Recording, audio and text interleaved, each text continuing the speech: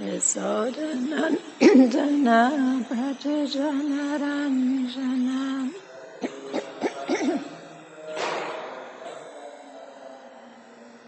Yamunatira Panachari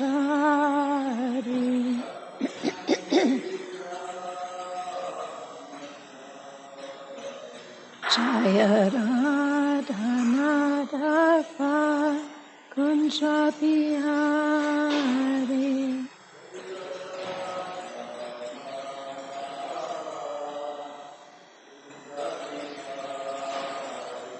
Gopijana Vallabha Girivaradari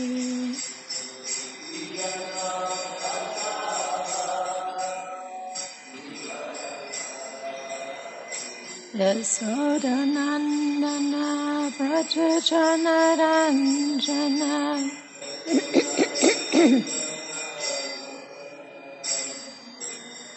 Yamunatira Panachari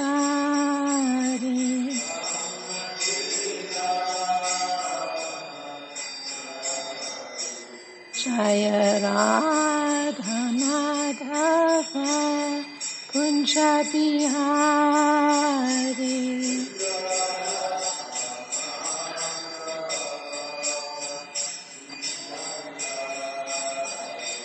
Gopijana Vallabha Girivaradari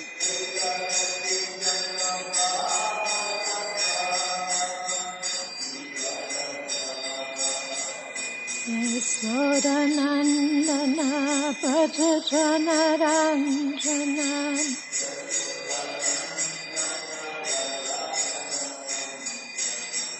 Yamunatira Panachari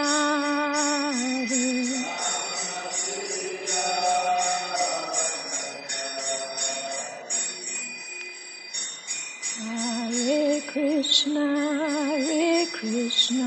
Krishna Krishna, Hare Hare, Hare Rama, Rama Rama, Hare Hare.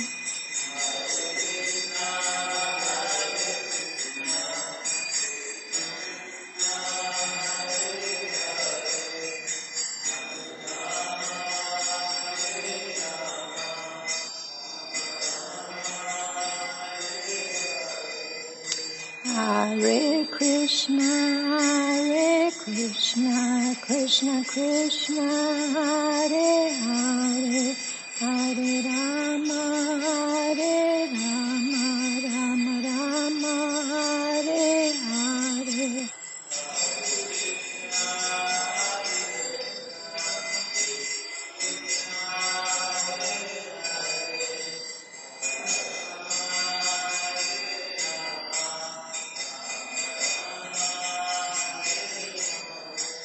Hare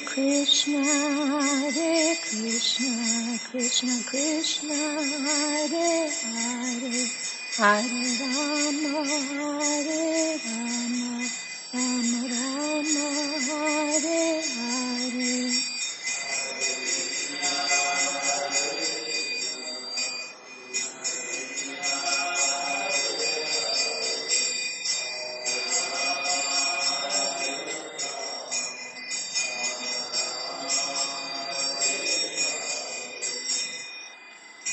Kishore Kishori ki jai, Jagannath Baladev Subhadra Marani ki jai, Gonitai ki jai, Srila Prabhupada ki jai.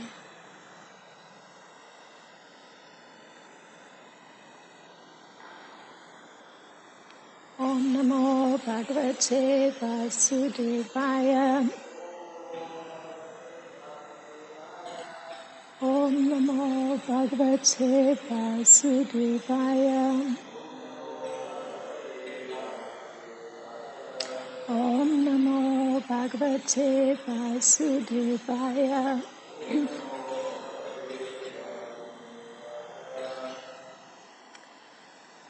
This morning is a continuation of Canto 10, Chapter 54, and there are two texts today, 49 and 50. So we'll chant 49 together. Tasmat agyana yam shokam atma shosha vimohanam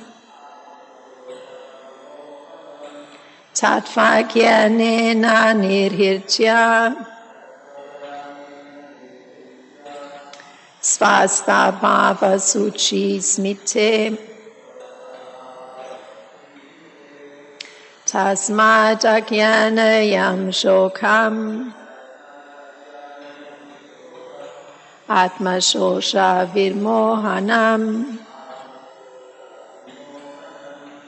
tattva gyanena nirhirtya svasta bhava suchi smite tasmat agyanayam shokam atma shosha vimohanam tattva gyanena nirhirtya svasta bhava suchi smite. Let's chant. Tasmat agyanayam shokam atma sosha vimohanam tattva gyanena nirhirtya svasta bhava suchi smite tasmat agyanayam shokam atma sosha vimohanam tattva gnena nirhirtya svasta bhava suchi smite tasmat agyanayam shokam atma sosha vimohanam tattva gyanena nirhirtya svasta bhava suchi smite. And the word for word, tasmat, therefore, agyana, out of ignorance, yam, born, shokam, the lamentation, atma, yourself, sosha, drying up, vimohanam, and bewildering, tattva, of the truth, gyanena, with knowledge, nirhirtya, dispelling, swasta, reinstated in your natural mood. Bhava, please be, suchi, mate, O you whose smile is pure. And the translation for text 49. Therefore, with transcendental knowledge, dispel the grief that is weakening and confounding your mind. Please resume your natural mood, O princess of the pristine smile. This is a short BBT purport. Lord Balaram reminds Srimati Rukmini that she is the eternal goddess of fortune, performing pastimes of the Lord in this world, and should thus give up her so-called grief. And text 50.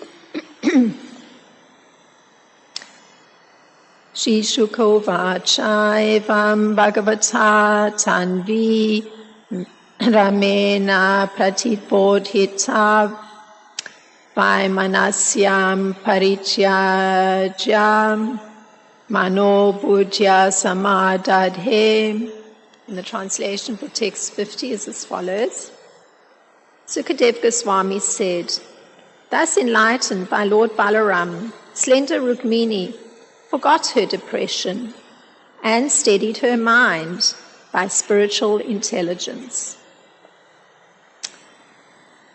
Om Jnanatimirandasya Gananjana Shalakaya Chakshurunmilitam Yena Tasmai Shri Gurave Namaha Shri Chaitanya Manopistam Stapitam Yena Bhutale Swayam Rupa Kadamayam Tadati Swapadantikam Vandeham Shri Guru Shri Uta Parakamalam Shri Guru Vaishnavamscha Shri Rupam Sagrajatam Sahagana Ragutam Ritam Sajivam Sadvaitam Savadutam Parijana Saitam Krishna Chaitanya Devam Shri Radha Krishna Padan Sahagana Lalita Shri Vishakha Vitamscha Hey Krishna Karuna Sindhu Dinabandho Jagatpate Gopesha Gopika Kanta Radha Kanta Namostute Tapta Kanchana Gaurangi Radhe Vrindavaneshwari Vrishabhanu Sute Devi Pranamamami Hari Priye Panchakalpataribhyascha Kripa Sindhubhyevacha Patitanam Pavanebhyo Vaishnebhyo Namo Namaha Namam Vishnu Padaya Krishna Prasthaya Bhutale Srimati Rama Padaswami Iti Namine Namam Vishnu Padaya Krishna Prasthaya Bhutale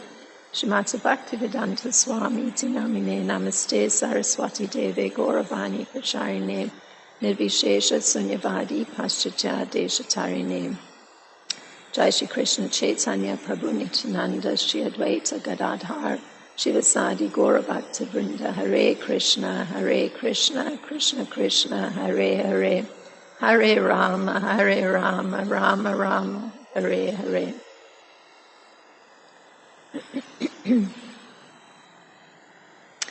So just recapping that verse 49. Therefore, with transcendental knowledge, dispel the grief that is weakening and confounding your mind.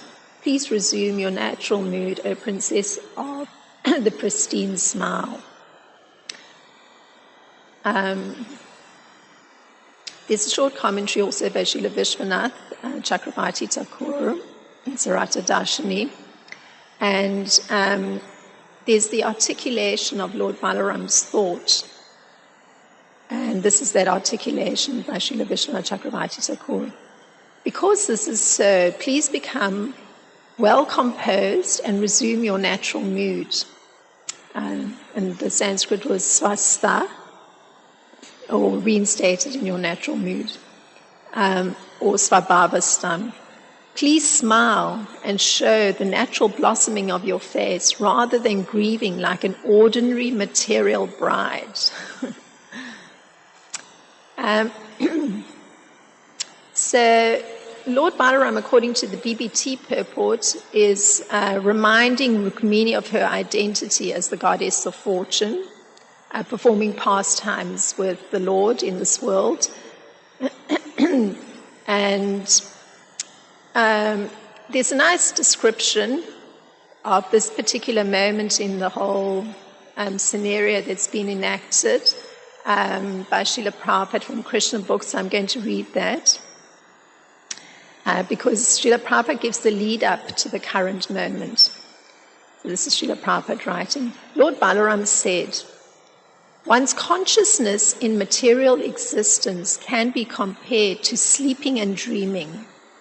When a man sleeps, he dreams of many non-factual happenings, and as a result of dreaming, he becomes subject to different kinds of distress and happiness. Similarly, when a person is in the dream of material consciousness, he suffers the effects, accepting a body and giving it up again in material existence. Opposite to this material consciousness is Krishna consciousness. In other words, when a man is elevated to the platform of Krishna consciousness, he becomes free from the false conception of life. In this way, Sri Balaram instructed Rukmini in spiritual knowledge. He further addressed his sister-in-law thus, sweet smiling Rukmini, do not be aggrieved by false notions caused by ignorance. Only because of false notions does one become unhappy, but one can immediately move this unhappiness by discussing the philosophy of actual life. be happy on that platform only. So, just looking at what Lord Balaram is telling Rukmini, one can say that generally education is required for any human being. And the emphasis of education may be in preparing oneself for a particular occupation, while a different emphasis in education may be a quest for knowledge. And in either case, the vocational education or the education geared towards a quest for knowledge has to reveal to the student his own identity, the purpose of life, and the relationship with God and the universe, and the path of freedom from material miseries of the world. So we never hear that section. We don't hear that when you go to a university, you should actually be getting to know what is your actual identity, or that there's a broader picture where there's a connection with the Supreme Being. Or even that there's a path that one can follow that will free one from so many difficulties that it becomes apparent as just part of living in this material world.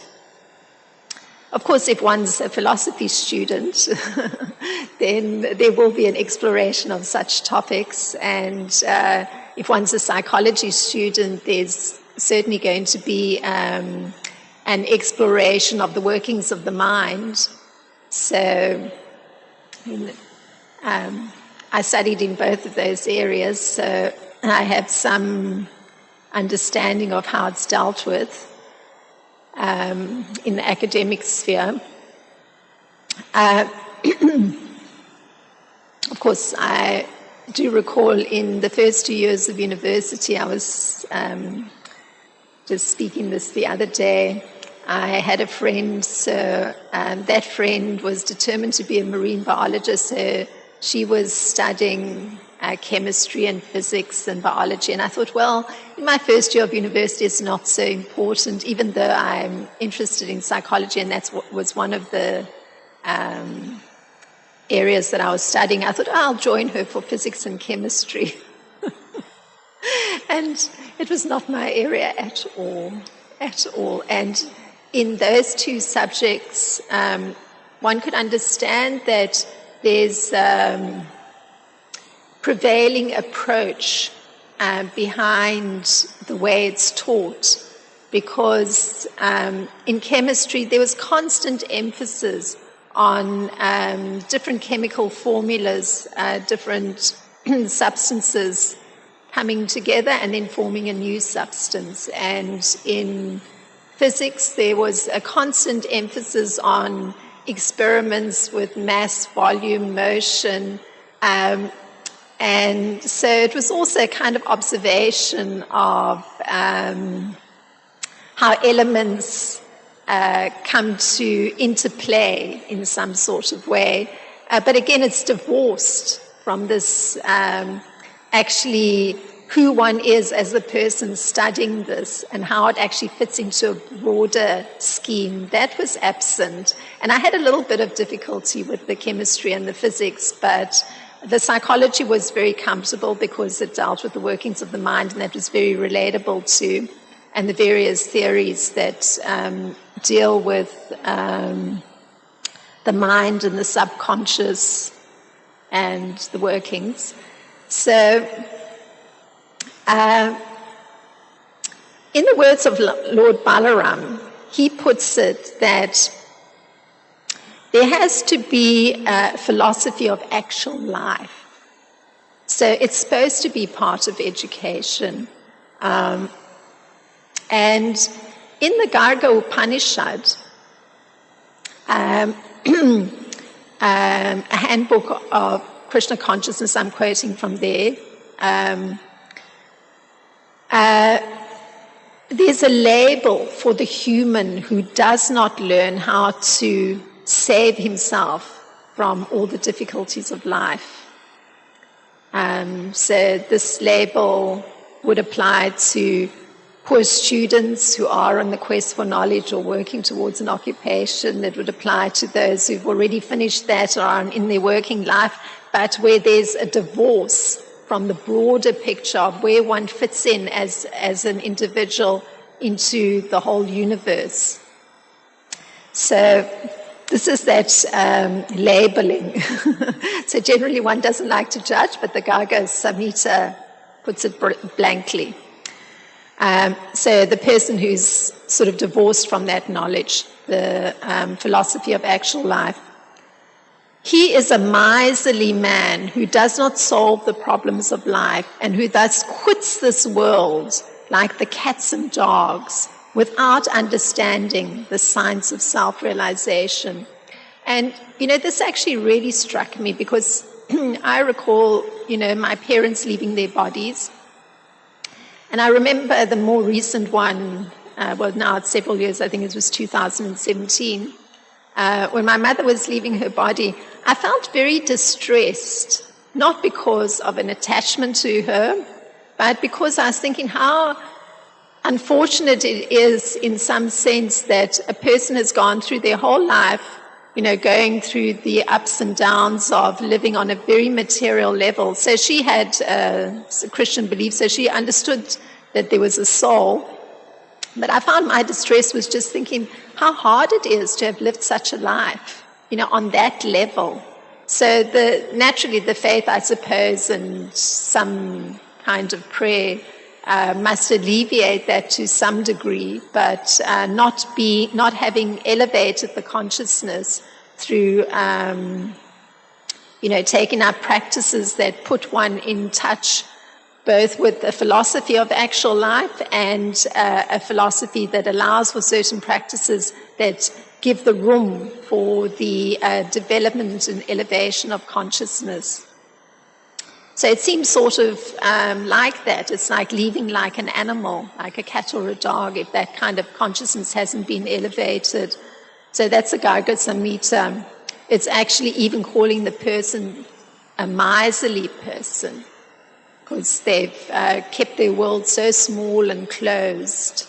And of course, it's a world of good amount of suffering. So if one were to consider the miseries of life, one would first consider how it's put in the Vedas that there's fourfold miseries. So these are considered, miseries, like unhappiness, birth, death, disease, and old age. So you can see how these are very much related to physicality, just having a body,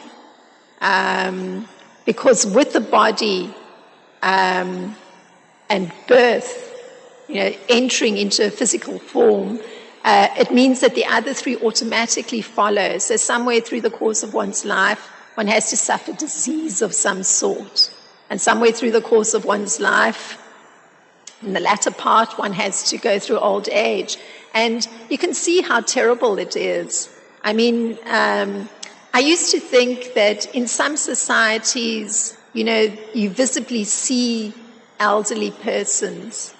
In our society, there's an attempt to hide persons in their old age. So, they generally get put into one building and one doesn't see them that much. So, of course, if you look around, you do see elderly people, but actually seeing those that are in their old age and are actually suffering that misery of being in that stage of their life, meaning that they can't fully take care of themselves, that there's maybe the mind is not having the clarity it used to have. So those persons are usually hidden in the society we live in. Now, one doesn't know that this material world is a miserable place. That's the worst part. One takes birth and one doesn't know.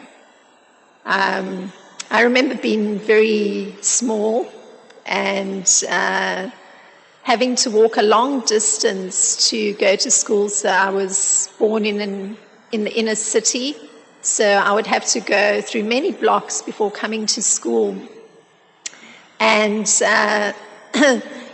I recall thinking, well, it's rather fascinating that I'm going to be getting all this new knowledge, because I was very interested in classroom and what went on in a classroom. But of course, there's no understanding that there's so much suffering that's also going to come up. And indeed it did. Like in the early days, because my parents were business people and working, I was often alone. So, that's where the suffering started, becoming aware that actually, here's oneself, and somehow one is in an empty apartment in the city. So, suffering begins according to, how you viewing the world.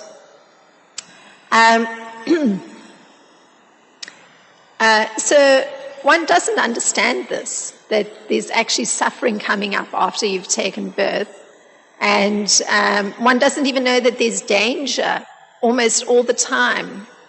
Again, when I was quite small, living in an inner city part of the city, so it's like lots of tall buildings around, and this idea of danger, it's interesting because one doesn't know always how to actually assess things properly as a young person. So I recall, different things would come. Like one time there were painters that were coming to paint, do maintenance work, so painting walls. And so they knocked on the door and asked me, if I could give them an opener to open their can. So, I dutifully went and got a can opener and I gave it to them. They opened the can, but they broke the opener, and then they handed it back to me, not saying anything. And as a child, you see that the instrument has been broken, but how do you deal with that as a child? So there's those kind of dangers, where you're not properly equipped to deal with some situation, or even a situation that isn't dealt with properly by others. So one doesn't know that actually it doesn't matter where you are in the universe. If you've entered a physical body, then you cannot have a life that doesn't have these difficult, misery-inducing situations that come up. You just don't know that when you enter a physical body. And I suppose I've been reflecting a lot on childhood and growing up and how I viewed the world. And why I've been reflecting on this is one finds through practicing Krishna consciousness that, naturally there's emotions that get recorded from growing up and how different situations one deals with. And those emotions are stored, and sometimes one actually finds that the emotions are surfacing, but you're not actually sure what the emotion is connected to. So I have found myself deliberately looking and making connections of the emotions with particular times in my life so that everything is properly compartmented. So I'm not taking an emotion that belongs to a 5-year-old and bringing the emotion and looking at something in the present time with that emotion, when naturally I'm in have different capacities and a different understanding and a different capability. So the small child that would have felt very lonely in an apartment in the city with tall buildings around, and carrying a feeling of loneliness and looking at something in the present time and looking at through the eyes of loneliness naturally needs adjustment because it's not the same situation. So this is part of the difficulty. It never leaves you. It's still, even at a much later time in one's life, one is having to put things in proper compartments in one's mind. And, with intelligence, look at it very objectively. So unfortunately, one doesn't know this when one takes birth. One doesn't know what one's going to have to tackle. And birth itself is explained by Srila Prabhupada in this way. Everyone is born like an animal. The process of birth by parental copulation that is there is animal-like, be it in an animal life or in human life. Therefore, human birth is not different from the process of birth in animals. So, this is interesting. Again, because of my current focus, I recall sitting on a bench, and I have all these visual images that have come in the mind. So I recall sitting on a bench in a park in downtown Johannesburg, and some gentleman sat down near me, so I must have been about 5 years.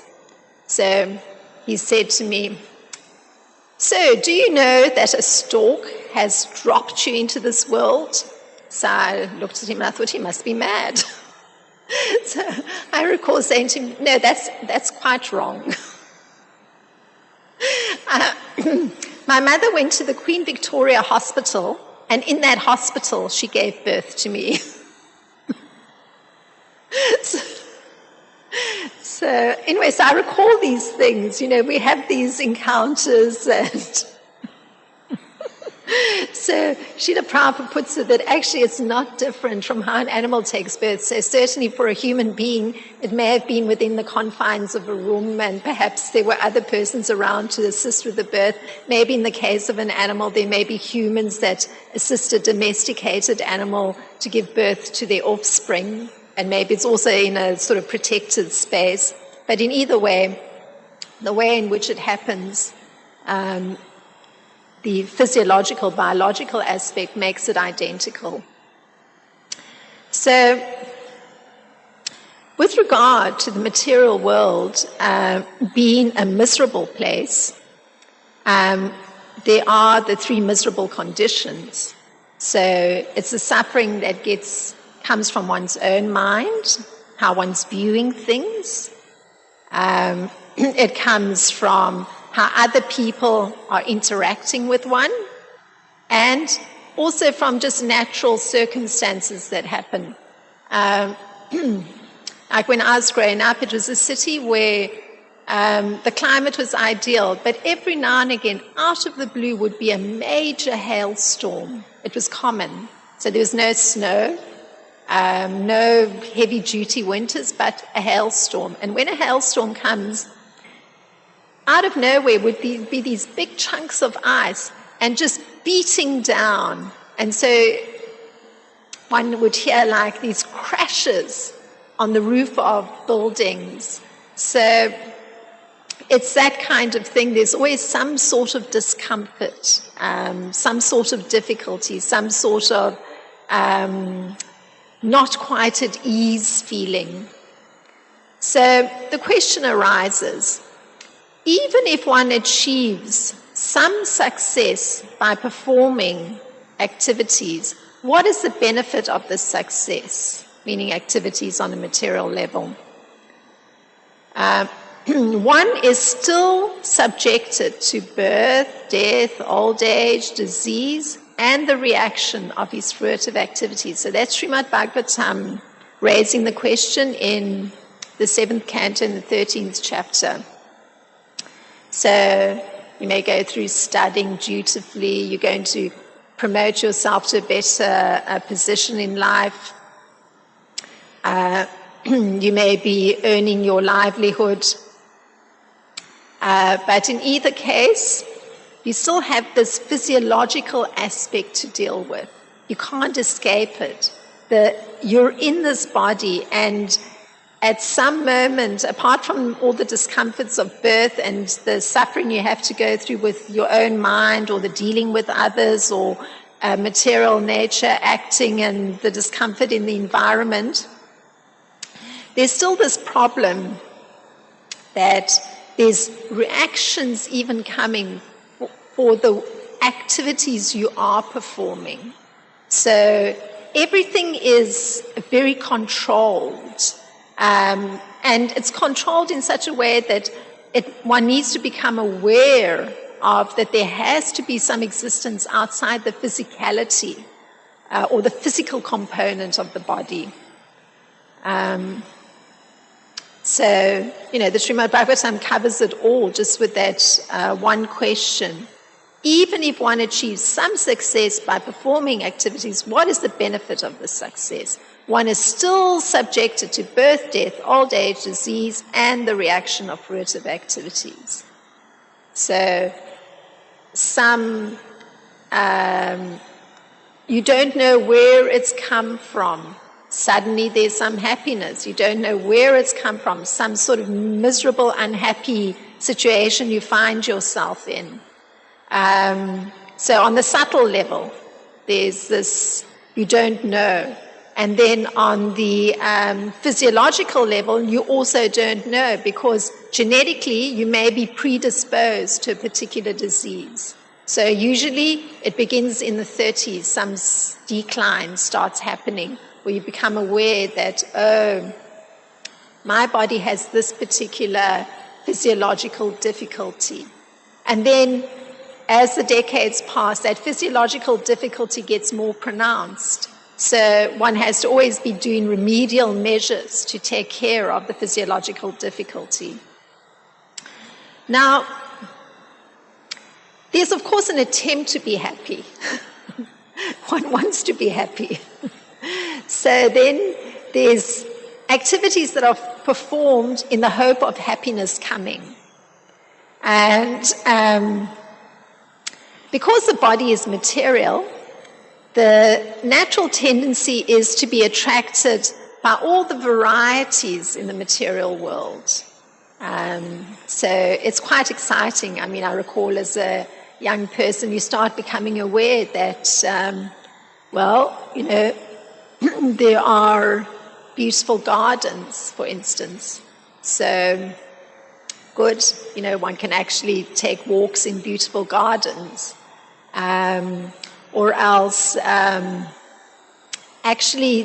there's scenic landscapes. One can actually look at, the broader natural environment. So, of course, where I was growing up, because it was very dry, sometimes you would see huge expanses of burnt grass, because there'd be natural fires that were happening regularly because of the dryness. So even then, it's not perfect.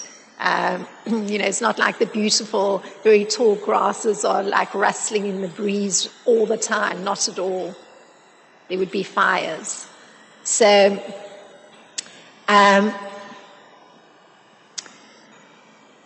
so one tries to find ways to become happy. And this is explained in this way.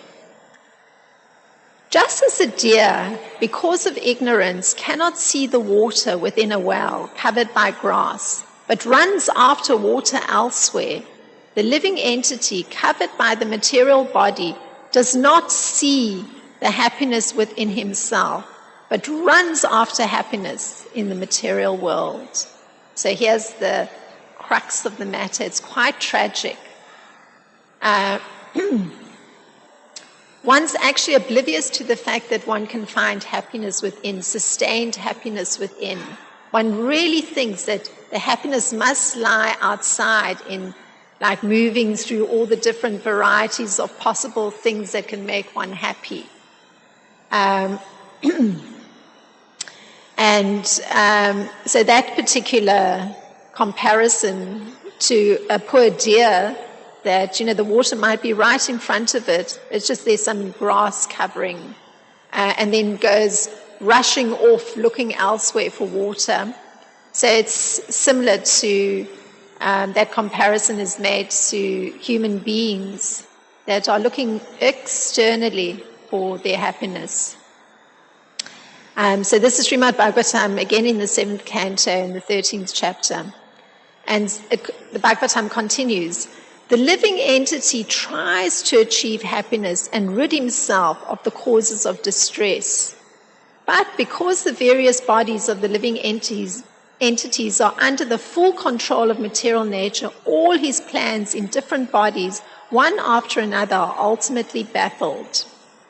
So, of course, the Bhagavatam's taken a very broad perspective. It's saying, that unhappiness isn't just because you're in this body. It doesn't matter which kind of body and when there's going to be unhappiness. Because of the fact that material nature is in charge, it's not oneself. And one doesn't understand this at all. One is not in charge, material nature is. So one has got the body that's already predisposed to function in a particular way, to look for happiness in a particular kind of way. So I know that this body that I got, the happiness comes from looking to nature for some sort of happiness. Somebody else, the happiness may come from possibly constructing things. For somebody else, it may come from, acquiring knowledge. So there's these different, how should one put it, ways to look for happiness, to try and achieve happiness. And the particular body that you have, you think you're dictating that happiness, but actually it's already inbuilt in the body. You've already got a body that wants to function in a particular way. Material nature's already made that arrangement according to the subtle body you're carrying from a previous life. So actually, you're not actually in charge of how you're looking for your happiness or how you're trying to avoid your distress, or even the way the happiness happens or the way the distress happens. Material nature's in charge. So there's actually ignorance of how the laws of material nature are acting upon oneself. And particularly with results, particularly in terms of the activities one performs where one is hoping to get happiness. One's not understanding how material nature is acting.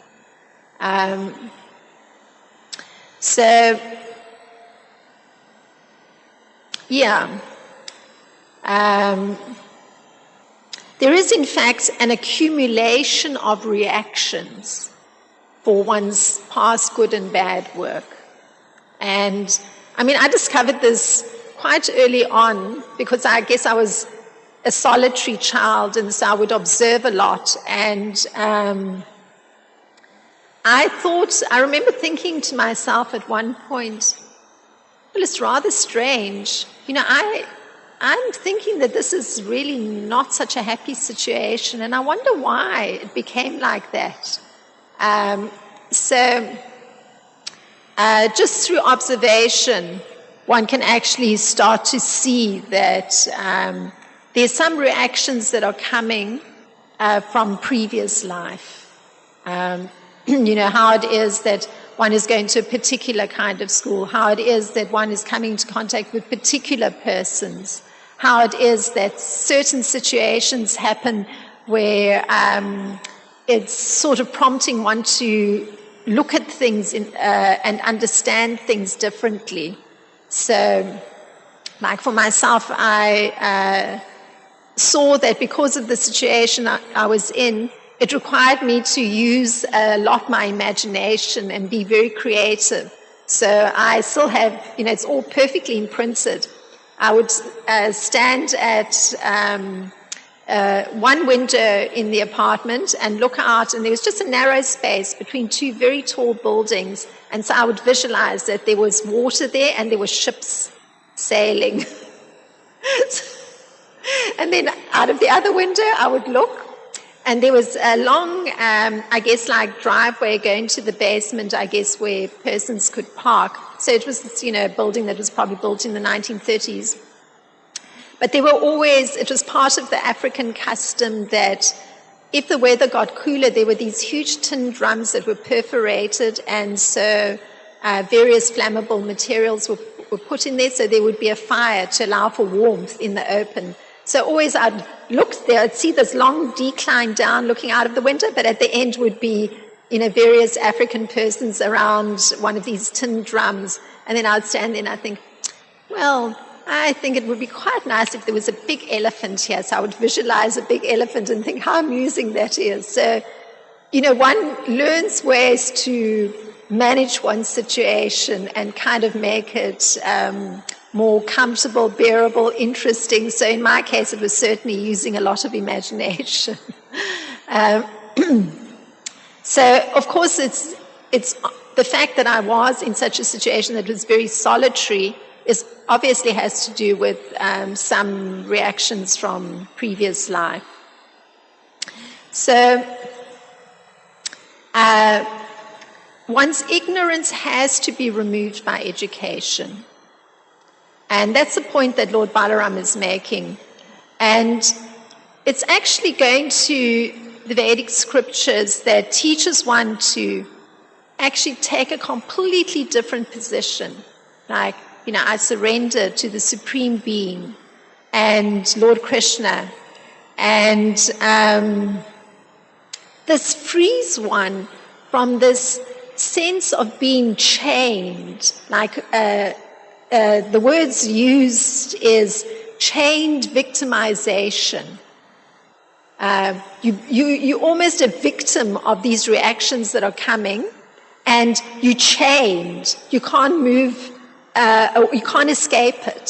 So that's if the term was there for what I try to describe is a chained victimization of this action and reaction. And this goes on birth after birth. So the process of trying to halt this resultant action, or the result that will come from an action, is to act in this consciousness that one is looking to the Supreme Lord to accept one's action and that it's been done for him. So that is breaking that whole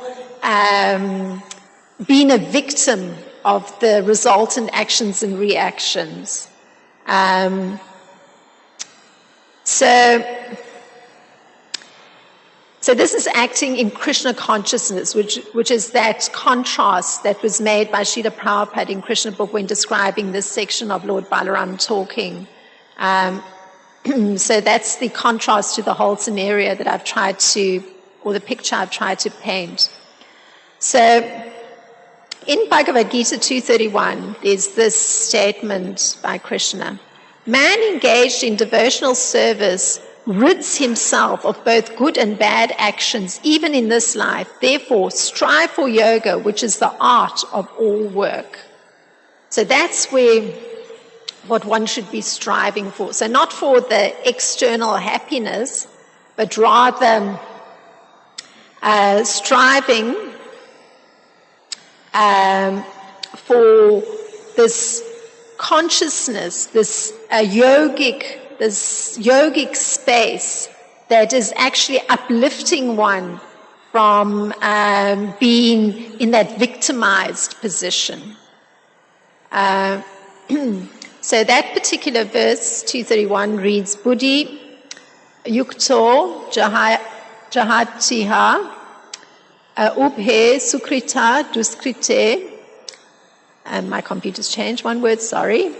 Yogaya yujyasva yoga karmas kaushalam. So this process of purifying oneself from resultant action is also explained by Srila Rupa Goswami. And this is how he puts it. The devotees, by actions of service to the toes of the lotus feet of the Lord, can very easily overcome the kind of ignorance carrying unlimited impressions of karma tied tightly by action. Because this is very difficult, the empty-minded non-devotees, the Gyanis and Yogis, although trying to stop the flow of sense activities, cannot do so. Therefore, you are advised to engage in the devotional service of Krishna, the son of Vasudeva. So you can see that same idea that's there. The ignorance carrying unlimited impressions of karma tied tightly by action. So one is chained. I mean, I remember I had, again, part of growing up, and this was now moving to a suburban area. There was a dog that would never want to stay in the household. So he was kept tied up. And I remember as a child being very sad for the poor creature that had to be tied up. But the minute he was loosened, he would like spring over a wall and he was gone. So roaming around the neighborhood, and then he would come back looking all bedraggled and pathetic. Obviously had got into a fight or two, and so back he would go to his chain, because he obviously didn't have the intelligence to know it was not a good idea to go out on the street and have to deal with other dogs, and who knows if humans were unkind to him too. But so it's that kind of thing.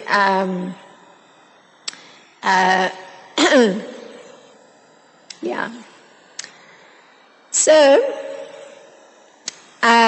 this term that's given to actually serving or acting in service to the toes of the lotus feet of the Lord, Srila Rupa Goswami's way of putting it, is called Naishiki Bhakti. So it's very fixed, that's what you're focused on. And it's got the ability to destroy ignorance. So Srila Rupa Goswami, it's interesting, he called persons whose minds are devoid or empty of this meditation on the Lord as empty-minded persons. And notice, though, that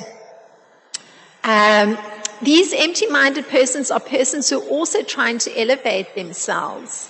So it's not merely the category of the material people that I've been describing, putting myself in that picture as an illustration, but even persons who are trying to elevate themselves,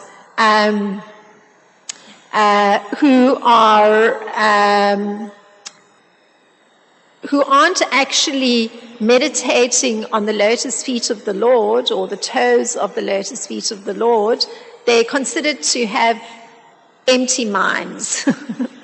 And of course, those who are meditating on happiness from all the varieties in the material world, their minds are overly cluttered and in a state of suffering because of the three difficulties that are constantly there: their own mind bothering them with past impressions, the confusion of emotions from the past coming into the present, trying to sort that out, the difficulties from other people's perceptions, and then the situations that get created with other people, the disasters that come from just the natural material nature functioning, or if not a disaster, at least there's always difficulties. I mean, soon it's coming up having to dig cars out of the snow. So, yes.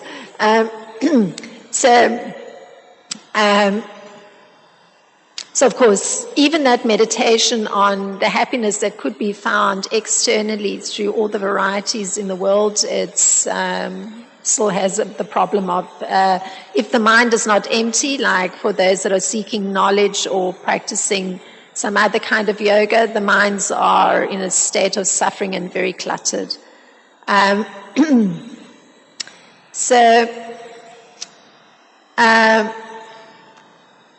This problem, this picture of meditating on material life or finding some way to gratify one's senses to try and bring happiness, it lacks a factual existence.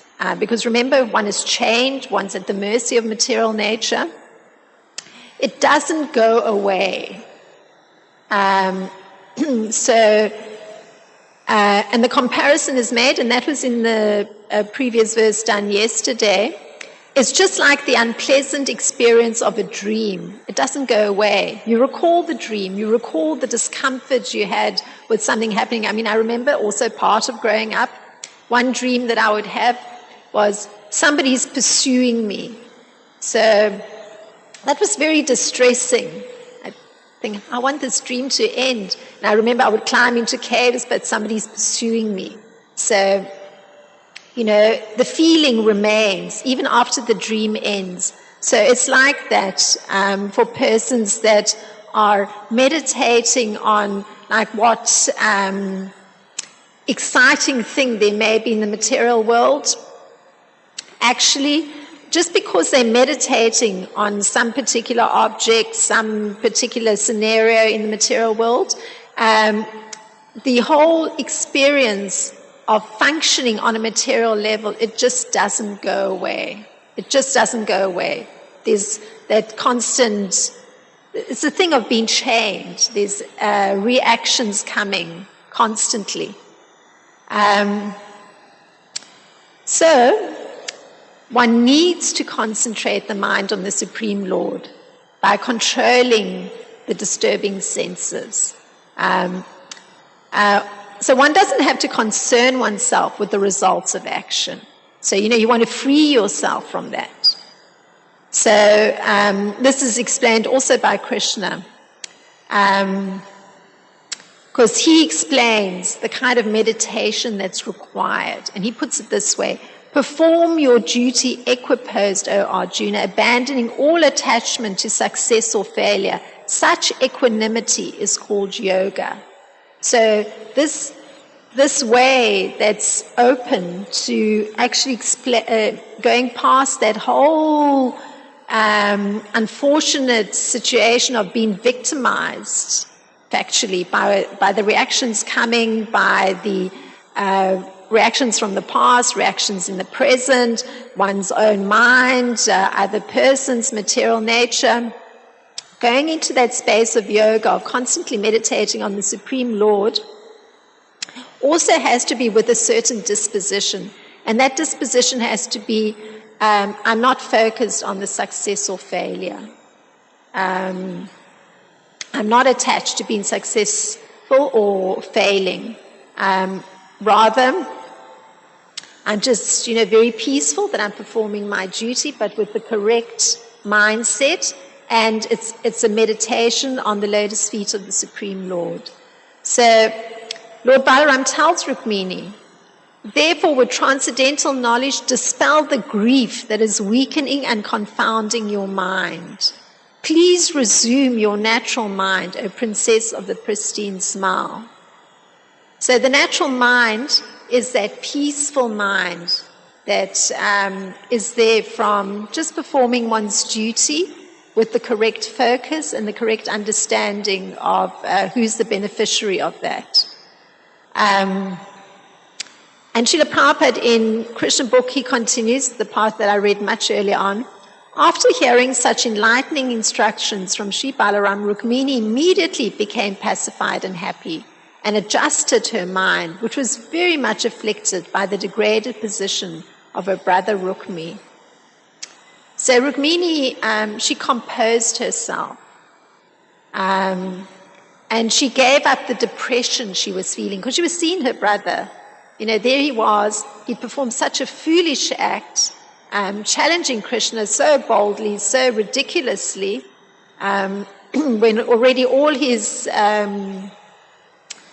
allies, other kings, had already been defeated, experiencing that every weapon he had was destroyed by Krishna, but still thinking he's going to kill Krishna. So then Krishna disfigured him as a form of punishment, very mild punishment after Rukmini's appeal. And what Rukmini was experiencing internally in her mind is, what are people going to think of me? So she was concerned how she would appear in the public eye. And that's natural, being in such a very public royal position. But still, it caused depression to start thinking on a very material level, how am I going to be perceived by others?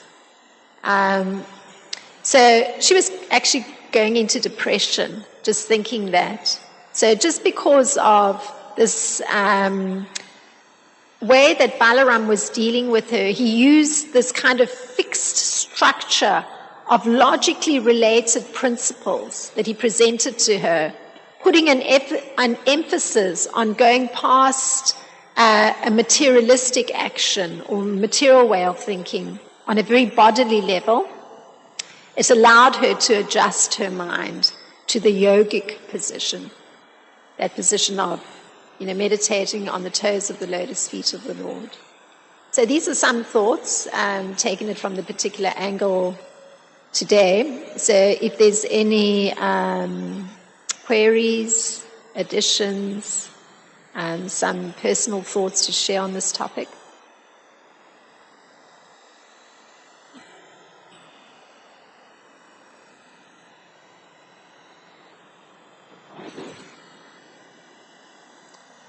You mentioned about this change victimization and the fact that in the material position, all these miseries that are there, the threefold miseries are, imposing these all kinds of unpredictable, miserable things, coming at you.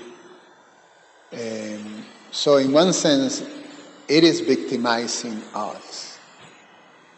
And on the other hand, you mentioned that this idea of, not having the capacity to understand that, to have an understanding of how is this coming from, where is this coming from. In general, we find that we do believe we're victims. When you come to explain externally the sources of miseries. So, if it's some other living some interaction with some other living entity that is causing some misery, well, it's that living entity who's causing misery. If it's material nature, well, it's material nature that is causing misery, and then human society is causing the environment to cause these miseries, or one may, point out a God. So there's always a sense of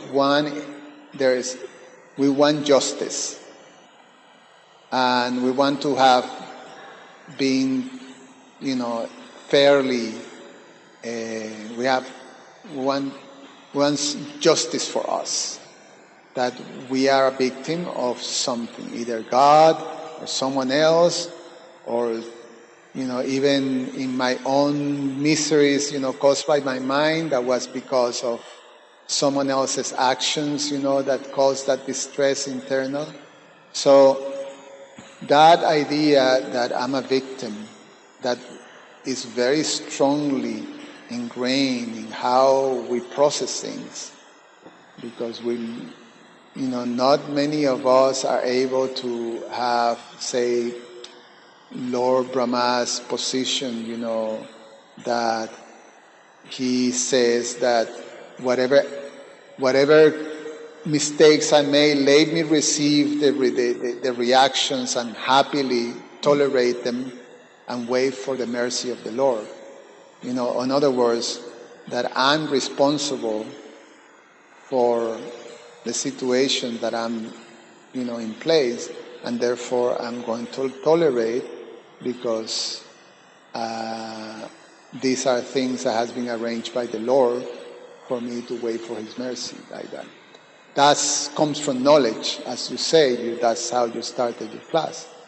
That education is important for breaking from this whole chain victimization, either from things ourselves as victim, or the material creation victimizing us, by forcing miserable situations in our way. So this whole chain thing have to be broken by transcendental knowledge. So, but it's not a simple thing. Even as practicing devotees, we constantly seeing externally, causes of miseries, and not being able to fully break from that chain. So if you maybe comment on that. Yes, it's very real. This is trying to take a step back and label it for what it is. But to imagine all of us as being chained and as being victimized is a reality. The only difference is that some persons, through their still wanting to imagine they're going to be on top of things, they're actually going to be in the position of control, will then actually start pointing externally and say, others are responsible for my unhappiness, or as you were pointing out yourself,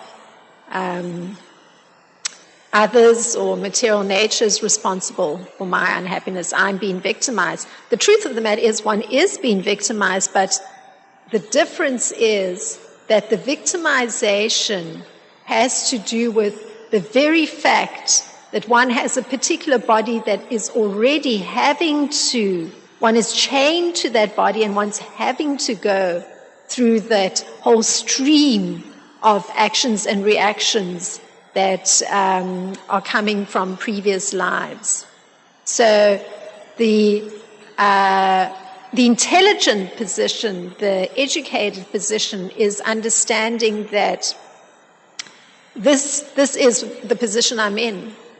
So let me actually rather, keep my focus on the yogic position, the position where I'm serving the Supreme Lord, so I can at least observe what is happening. The minute one actually moves out of that yogic position, and that was the problem that happened for a split second with Rukmini, and that Balaram helped her to correct, one needs to remind oneself that actually there's no escaping that's being victimized in all these kind of ways. But one shouldn't actually then be falling into that unfortunate materialistic consciousness of, I'm going to actually tackle this and I'm going to get the better of it. That's the wrong approach. The approach is more the surrendered approach, which you were describing, that Lord Brahma held, which is, I accept this is going to be there, these resultant actions and reactions. And for myself, I know where my place of safety is. I know where my focus needs to be. And I'm grateful that I have this shelter, because at least I'm able to distance myself and see more objectively what's happening.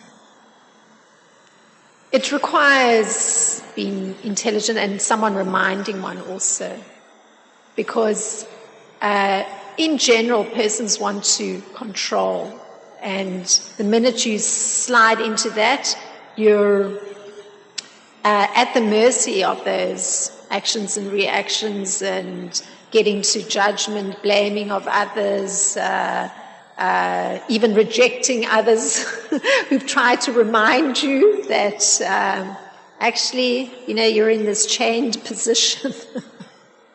You are in a chained position. There is, you are making a mistake now to actually be accusing others, or that is not the correct position. So, yes, one may find that a person's want to go into that position because it's odd. It's odd. It requires somebody to remind one. And even then, it may still be rejected because it's familiar to think you are going to control everything. But that's not the reality. The reality really is the chained victimization position. But the mistake one should not be making is that the victimization is from others or nature. There is that, but it's still that one has responsibility in the whole picture. And one should be very grateful if somebody reminds one, just as Lord Balaram has done with Rukmini. One can be very grateful. And if one doesn't have the gratitude because one insists on being in the control position, imagining that one's going to alter the course of events all on one's own in a material manipulative way, that is unfortunate. Then the resultant chain of reaction goes on. It's a subtle thing. I mean, I've tried to be graphic about it, but it's very subtle. So I was going to add just one thing. I mean, I know we're super over time, but yes, that in one sense, nature is not victimizing us. Material nature is applying the law. So there's punishment when you break the law. So punishment when you do something wrong is not victimizing you, but is correcting you. It's for the purpose of correcting you. So I think the victimization must apply better from the perspective of how we see, law comings being applied to us, and we think because this is not just. There's no justice, or justice has been not served properly by this. Yes, sorry to have kept everybody, and I was thinking this was a short class, but it turned out to be a little longer. I think it's because I was getting carried away with examples. Yeah. Yes, thank you. That is the point. To a large extent, is just really applying intelligence. That actually you can see it as your responsibility, what's coming to you, and then have the correct perspective on it. Hare Krishna Mata, thank you so much sharing experience along with the verse today. Speaking of childhood experiences, they do shape our reality as an adult, and so many decisions that we make. We physically we grow up, but lot of aspects of us, of our personality, is still the same child, and many experiences would happen in the childhood that would make us act in a way that we are acting now. How? And because there may be many unresolved issues there, and how does, this might be a broader topic, but how does that child grow up? It's behind every personality there is a child. How does that child grow up? That's a very nice question. Yes, there's an inner child, and everyone has an inner child because we've been changing our body. And as part of the being in the physical form, it's gone through changes. So the mentality and the emotions of the inner child are there. They don't disappear. It's the same physical body, the same subtle body. It's just, the body's expanded, grown, matured. The mind is may have expanded, but the emotions, impressions of being in the child form, or in the teenage form, or in the young adult form are still there. So your question, how does the inner child grow? Well, by the kind mercy of Lord Krishna, and this extraordinary process of bhakti yoga, there's, if it's necessary, and there is a necessity for that inner child to grow, that's permitted by Lord Krishna, that one can actually get insight into in which way one can parent that child.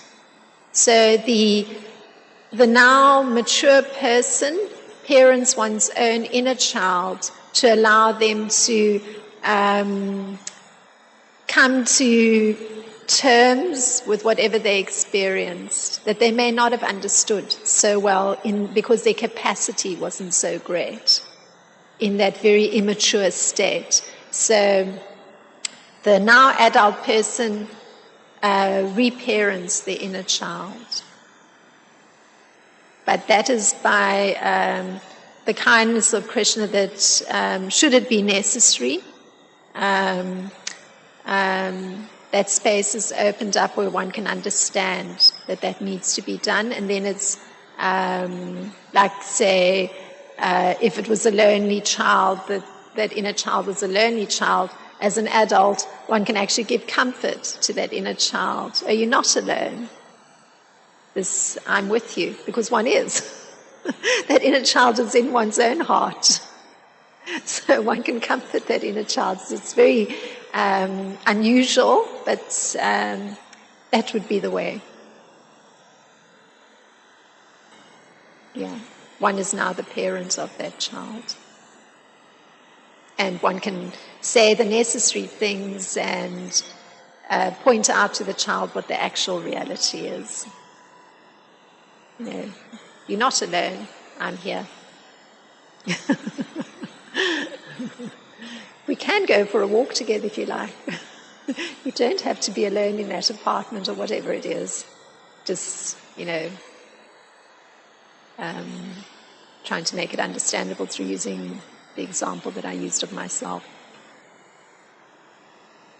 So thank you very much for your kind attention. Srila Prabhupada ki jai. Srimad Bhagavatam ki jai.